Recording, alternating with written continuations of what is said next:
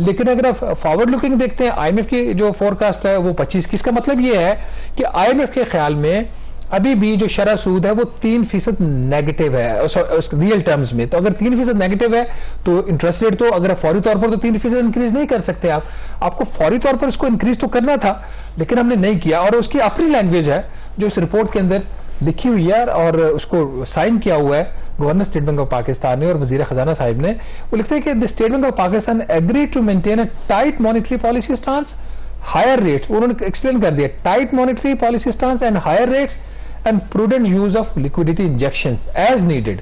तो यहां पे तो कामरान ये बिल्कुल उसके अगेंस्ट गए हैं और ये चीज लाइटली नहीं ली जाए। और मुझे ये दो के एक साय ऑफ रिलीफ गवर्नमेंट के लिए जरूर था कि जो स्टैंड बाय एग्रीमेंट हुआ विद द आईएमएफ, जो इमीडिएट थ्रेट थी कि पाकिस्तान डिफॉल्ट कर जाएगा, वो कम से कम जो सेंटिमेंट है, जो अनसर्टनिटी है, फॉर द टाइम बीइंग खत्म हुई। और हमने देखा कि उसकी रिफ्लेक्शन जिस तरीके से स्टॉक मार्केट ऊपर गई, एक पॉजिटिव सेंटिमेंट था। But that does not mean कि जो पाकिस्तान के मुआशी चैलेंजेस हैं वो ख़त्म हो गए हैं बाई एनी मीन्स।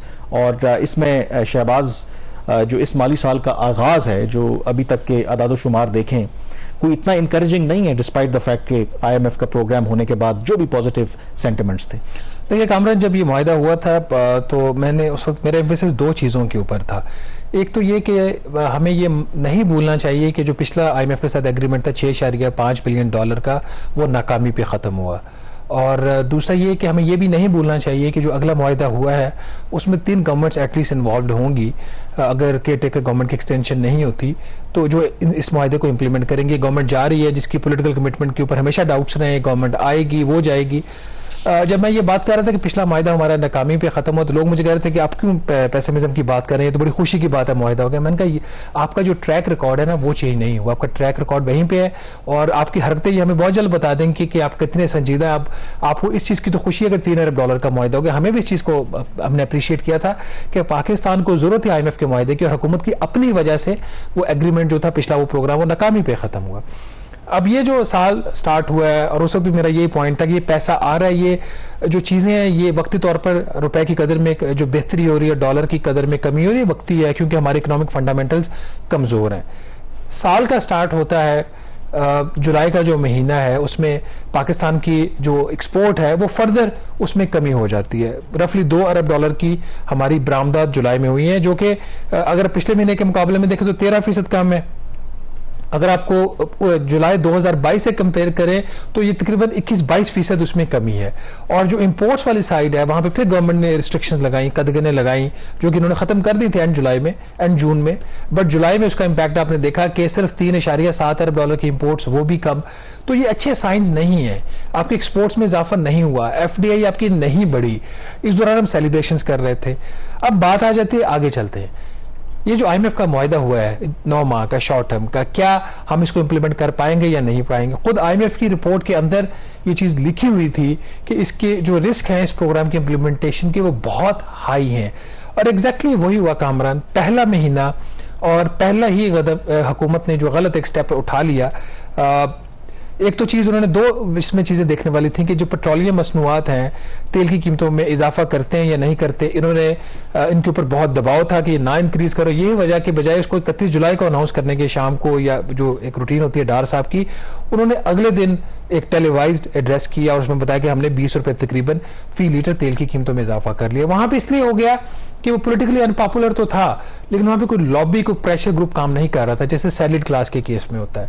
दूसरा फैसला जिसको हम देख रहे थे वो शरह सूद में क्या हुकूमत इजाफा करती है या नहीं करती। अब ये आईएमएफ भी इस चीज को बड़ा क्रिटिकली देखता है। जो इसके अंदर अब देखें, वहां पे प्रेशर ग्रुप्स थे, वहां पे भी लॉबीज थी, सब कुछ था। तो वहां पे जब मॉनेटरी पॉलिसी की जो कमेटी होती है उससे पहले जो इंडिपेंडेंट सर्वेज आ रहे थे उसमें ये बड़ी क्लियर इंडिकेशंस आ रही थी। मार्केट एक्सपेक्ट ये कर रही थी कि कम से कम 1% शरह सूद में इजाफा कर उसको 23% कर दिया जाएगा। और मार्केट की एक्सपेक्टेशन महंगाई में इजाफा नंबर 1 उसकी वजह से, और नंबर 2 जो पाकिस्तान ने कमिटमेंट्स आईएमएफ को दी थी under the stand by agreement arrangement जो था। तो as against the expectations of the market और as against the commitments given to the IMF, हुकूमत ने या स्टेट बैंक ऑफ पाकिस्तान हुकूमत कहेंगे तो कहेंगे नहीं वो तो आज़ाद है, हमारी बात नहीं सुनते। तो स्टेट बैंक ऑफ पाकिस्तान ने उसकी मॉनेटरी पॉलिसी कमेटी ने उसमें इजाफा नहीं किया, अनचेंज उसको रखा 22% पे। ऑल्दो कि उस वक्त तक जो आपके जो नंबर्स थे वो आपकी महंगाई के वो रिपोर्ट हो चुके थे। अब ये देखिए, इनकी एक्सपेक्टेशन ये थी कि जुलाई में महंगाई की जो शरह है वो 26% के आसपास रहेगी। पिछले साल में हम हाईएस्ट लेवल पे गए थे, मई में 38 पे, फिर वो 29% पे क्लोज हुआ, तो वो बजाय 26 होने के वो 28.3% पे इन्फ्लेशन रेट आया। और ये जो फैसला आया, जो कुछ लीक्स आई उसके बाद, वो ये थी कि जो स्टेट बैंक ऑफ पाकिस्तान से मेंबर्स थे मॉनेटरी पॉलिसी कमेटी के, जिसमें गवर्नर स्टेट बैंक होते हैं, डिप्टी गवर्नर होते हैं, उनके एग्जीक्यूटिव डायरेक्टर होते हैं, जो इनके 5 अपने मेंबर्स होते हैं, उन्होंने अनचेंज की बात की। और जो प्राइवेट मेंबर्स थे 3, उन्होंने इसमें इजाफे की बात की। और दिस इज वेरी क्रूशियल। इसका मतलब ये है, एक अजम्पशन है कि जो स्टेट बैंक ऑफ पाकिस्तान था, गालिबन वफाकी हुकूमत से उसके ऊपर दबाव था कि आप इसमें इजाफा नहीं करेंगे, और यही चीज जो है ये हुकूमत के खिलाफ तो जाती अब है। मुझे ये बताएं कि ये पहले भी जो आपको पता है, ये तो ऑन रिकॉर्ड अब आईएमएफ कहती है कि एक बहुत बड़ी वजह कि 9th रिव्यू कंप्लीट नहीं हुआ, उसकी बहुत बड़ी वजह ये है कि पाकिस्तान और पाकिस्तान की हुकूमत पर आईएमएफ को एतमाद नहीं था, क्योंकि हम एक मुआहदा करते हैं, कमिट करते हैं और फिर उसको खुद ही वायलेट करते हैं। और ये पहला एक टेस्ट केस था, और ये जो आईएमएफ की जो स्टाफ लेवल की रिपोर्ट है उसमें बड़ा वाज़ेह था, और वो इंडिकेशन दे रहे थे कि पाकिस्तान को मजीद इंटरेस्ट रेट बढ़ाना होगा। उसके बावजूद ये गवर्नमेंट ने या स्टेट बैंक ने उसको अनचेंज रखा।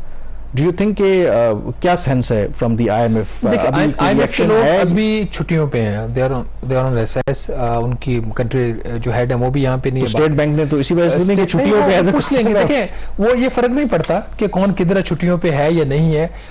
जो उसके यू थिंक उनकी एक्सपेक्टेशन थी कि हम इंक्रीज करेंगे? एक्सपेक्टेशन तो बहुत दूर की बात है ना, उन्होंने ब्लैक एंड व्हाइट में लिख दिया ना। मैं बल्कि उसको नाज़रीन के लिए पढ़ भी देता हूँ कि ये जो आईएमएफ की जो नाज़रीन रिपोर्ट आई थी स्टाफ लेवल एग्रीमेंट के बाद, उसके अंदर लिखा हुआ कि Pakistan will have to tight monetary policy to support disinflation and anchor expectation. उनकी जो तवक्कुआत है महंगाई की, उसको कम करने के लिए इनको जो मॉनेटरी पॉलिसी उसको टाइट रखना पड़ेगा। और सिर्फ टाइट की बात तो ये भी स्टेट बैंक कह सकता है कि जी हमने कौन सा उसमें शरह सूद में कम कर दिया, लेकिन उसमें फर्दर जो है आईएमएफ को एक्सप्लेन कर देता है कि उनकी एक्सपेक्टेशंस क्या, और ना सिर्फ उनकी एक्सपेक्टेशन, जो खुद स्टेट बैंक ने उससे एग्री कर लिया था कि रिपोर्ट में ये चीज लिखी हुई है कि जो प्राइसेस के, जो कीमतों के जो दबाव है वो रहेगा, और उसकी वजह से एक जो दबाव रहने की एक बड़ी वजह ये है कि जो मॉनेटरी पॉलिसी कमेटी थी या स्टेट बैंक ऑफ पाकिस्तान था, उसकी जो उसने 3-4 दफा जहां पे उसको इंक्रीज करना था, पहले पिछले प्रोग्राम के जो पीरियड था उसके दौरान उन्होंने इंक्रीज करने के लिए उसको अनचेंज रखा या उन्होंने कम किया।